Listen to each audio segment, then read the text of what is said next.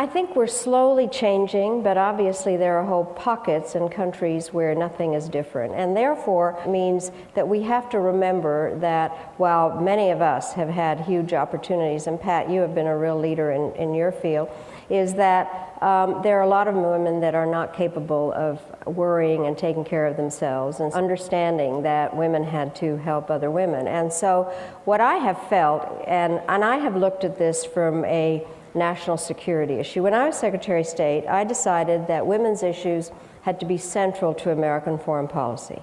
Not just because I'm a feminist, but because I believe that societies are better off when women are politically and economically empowered.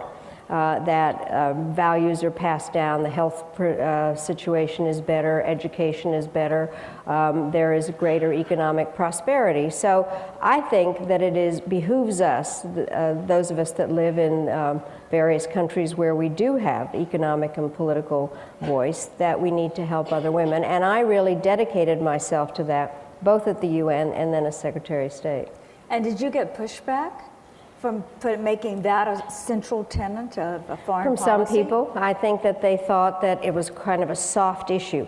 The bottom line that I decided was actually women's issues are the hardest issues because they are the ones that have to do with life and death in so many aspects, and because, as I said, it is really central to the way that we think about things. Now, for instance, some of the wars that took place when I was in office, a lot of them, the women were the main victims of them.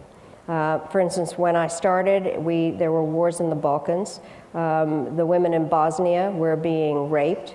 We then managed to set up a war crimes tribunal to deal specifically with those kinds of issues. And by the way, one of the things that I did at that stage was I had just arrived at the UN, and when I was there were 183 countries in the UN. Now there are 192, but it was one of the first times that I didn't have to cook lunch myself. So I said to my assistant, invite the other women permanent representatives.